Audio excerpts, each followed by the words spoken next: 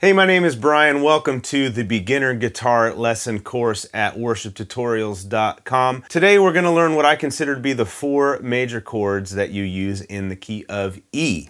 So we are going to learn E. We're going to learn A. We're going to learn B. And we're going to learn C sharp minor. Now, you might notice that the B and the C sharp minor are maybe a little different. If you've looked at guitar lessons on these chords in the past, you may have noticed this version and this version. I'm going to teach you an easier way to play those chords, which I actually, to this day, I'm not a beginner anymore, and I still use these versions of the chords. So I just like these voicings of the chords. If you're checking this out on YouTube and you'd like to learn how to play guitar, you can sign up for the course at Worship Tutorials. There's a link below. It is completely free to take this course, no strings attached at all. It will take you from never having played a guitar before all the way to playing full songs. You're catching us in the middle of our chord building section, and this is the last lesson. So after this lesson, we're going to look at rhythm and strumming, and we're going to look at changing chords, and then we're going to look at putting it all together and playing a song or a bunch of songs, because you will have all the tools you need to play lots, literally hundreds of songs. So you can do that at worshiptutorials.com.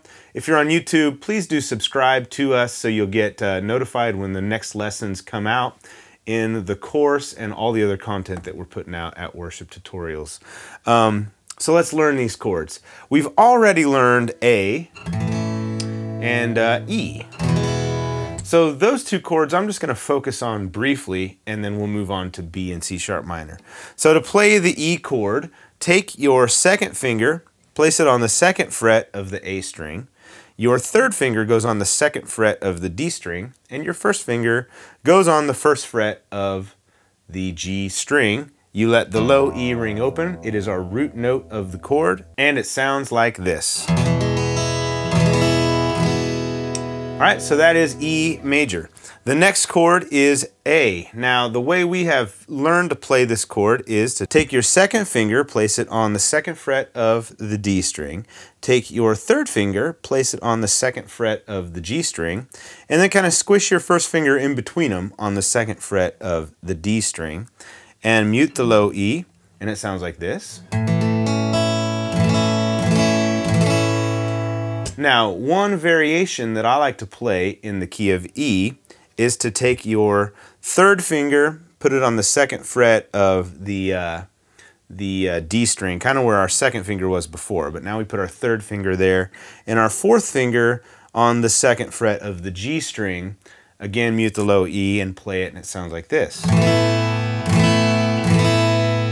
So either one of those variations will work, but the reason I like this one, I like that sound. The difference is this note right here. It went from this to this. But it works, it's a B. What I like about it is it allows us to slide up into the B chord. So let's look at that. So here we have this A that we just played. Now take these two fingers and just slide them this way toward you, 2 frets. So we're going from the second fret to the fourth fret. Don't lift them off of the strings. If you did lift them off the strings, it's real easy. Just take your third finger, put it on the fourth fret of the D string, your fourth finger on the fourth fret of the G string, and now we're going to take our first finger and stretch it down to the second fret of the A string. Mute the low E with our thumb and play it. All right, this is a bit of a stretch for some people, especially as a beginner, and it might make your hand a little sore. One trick you can do is to make sure you put your thumb sort of behind your index finger and not your third and fourth fingers. If you put it back here, it makes it really hard to stretch this finger down. But if you put it here, it's much more natural. It's kind of like making this position with your hand versus this position.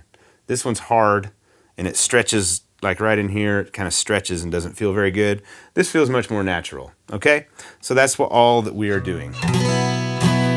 Alternatively, if you don't it's actually easier to put your thumb right behind your index finger, but you want to mute the low E string with sort of the flesh of this index finger. Just touch the string so that it does not ring out. The root note of this chord is the A string on the 2nd fret, which is a B.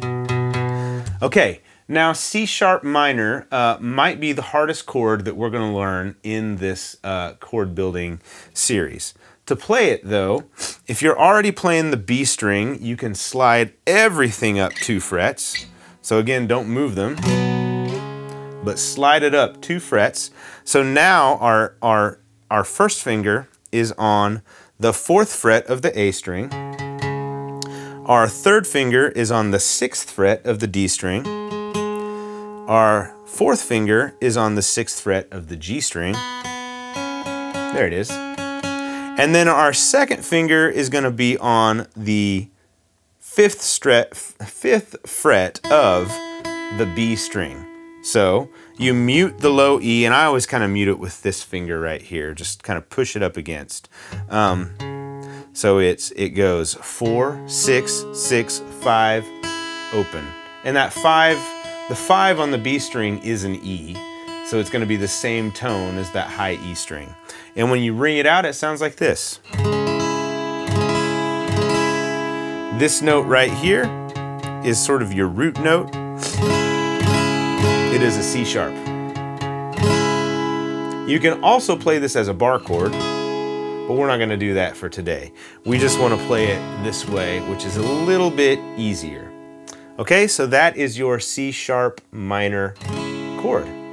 Those are the 4 chords in the key of E. We've got E, A, B, C sharp minor.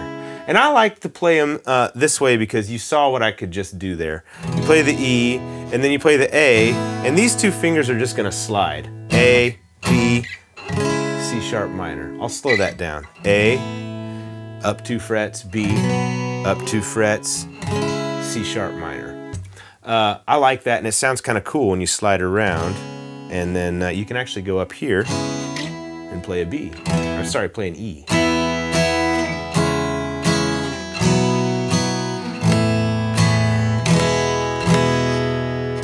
All right, so practice these enough. I recommend about half an hour a day, 15 minutes to 30 minutes a day of practice.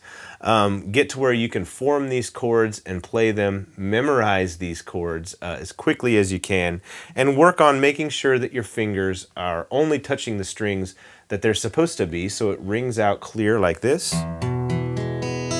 If it doesn't, it sounds more like this. That's okay. Just keep practicing and work on making sure that your hand and your wrist and your elbow and everything is sort of in the right posture, the right position. And we have a lesson video on that kind of back a few in the first section of the guitar lesson course.